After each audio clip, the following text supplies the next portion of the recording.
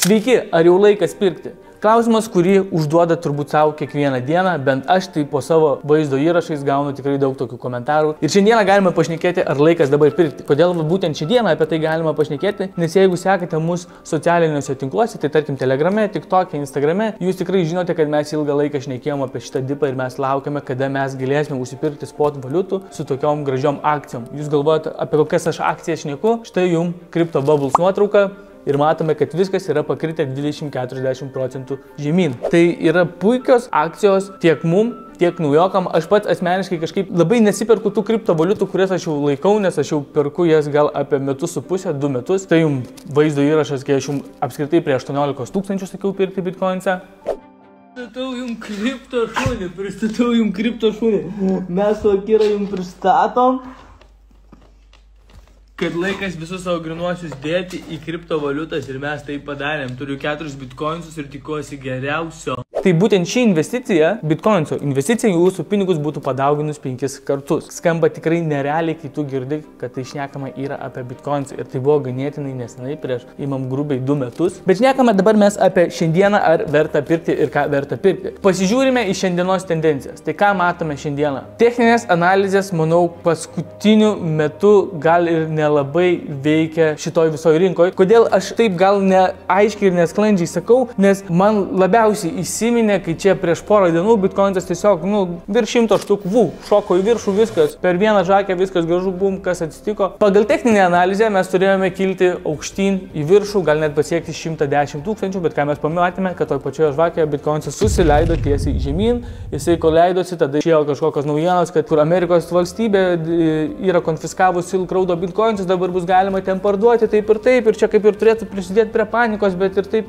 visiems baisu ir ką čia daryti. Tiesiog aš vieną dalyką pasakysiu dėl šios situacijos, tai šitie visi bitcoinsai, jie nebus parduodami kažkaip į pačią rinką, jie bus parduodami per aukcioną, kad nepaveiktų rinkos kaino. Ką tai reiškia? Tai Amerikos valstybė jie neatvarys ten į Bybitą, į Binance ar dar kažkur, jie tenai neįsidės tų bitcoinsų ir jų neparduos, jie taip nedarys, jie viską parduos per aukcioną. Ir aš nežinau, ar tai yra kažkiek teisybės, aš girdėjęs, kad ten būna net kažkokios sutartys, kad ten tarkim negalės parduoti būtent tokio ir tokio kiekio ten tų bitcoinsų kažkokį laiko tarpą. Aš nežinau, ar tai yra teisybė, esu girdėjęs, bet esmės nekeičia, kad tai eina per aukcionus, o ne tiesiai per kažkokią keityklą, kad mes matytume kainos pokytį. Ir labai svarbus dar dalykas, pamatėme nedarbingumą. Koks išėjo Ameriko nedarbingumas, viskas išėjo daug blogiau negu tikėjosi traderiai, bet marketas kažkaip labai stipriai atrodė nereaguoja, atrodo, kad šitos naujienos jau mūsų labiau negali dabaigti ir galim pasižiūrėti, ką va čia akimirką mes matome bitcoinso kainoje, yra be 23, bitcoinas 90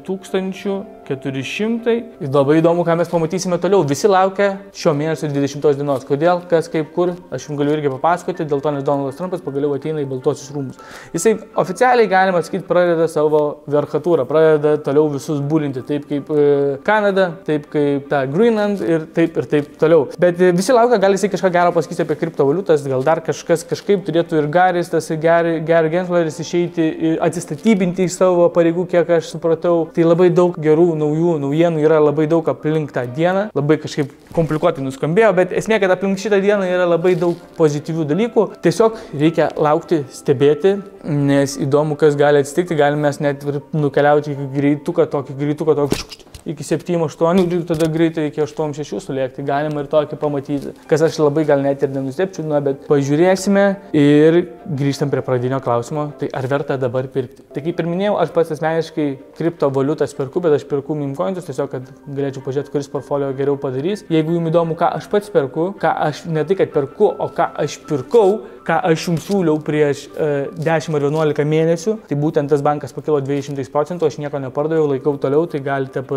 rasti šitam kampelėje arba description'e, nes kartais tam kampelėje neatsiranda tasai burbuliukas. Ir jeigu jūs dar nesat nusipirkę kriptovaliutų ir jūs norėtumėt nusipirkti kriptovaliutų, aš jums rekomenduoju daryti labai paprastu ir ganėtinai saugiu būdu. Jūs dabar galvojate, koks tas būdas, kaip tai gali būti ganėtinai saugiai. Tai tiesiog turėti tokį kaip mini planą ir jeigu aš būčiau naujokas, aš tikrai norėčiau, kad man kažkas būtų pasakęs šitą planą, o planas yra ganėtinai paprastas. Imam kaip pavyzdį, aš noriu investuoti 1000 eurų. Tai aš ką darau? Tai aš savo 1000 eurų padalinu į 10 dalių. Tai reiškia, aš kas 7 dienas investuosiu po 100 eurų ir per tam tikrą laiko tarpą aš gausiu labai gražų kainos vidurkį ir aš nepanikuosiu taip, kaip, tarkim, paėmęs dabar tą 1000 eurų, dabar investavęs ir ten jeigu, tarkim, kaina nukrenta 20 ar 30%, aš matau, kad mano pinigai dega, man yra panika, aš nežinau, ką daryti, aš kaip ir jau parduodu, parduodu, žiūriu, kad po mėnesio ar kiek, jeigu būčiau nepardavęs, mano pinigai būtų padvigubėję. Todėl labai protingas ir saugus būdas tiesiog pirkti kas 7 dienas, kas 10 dienų, pasidalinus tuos pinigus, susirenki kainos vidurkį ir važiuoji toliau. Mano manimu, po mėnesio su pusės, po 2 mėnesių galėsim padaryti apžvalgą tų pačių kripto bubbles, kuriuos aš padariau.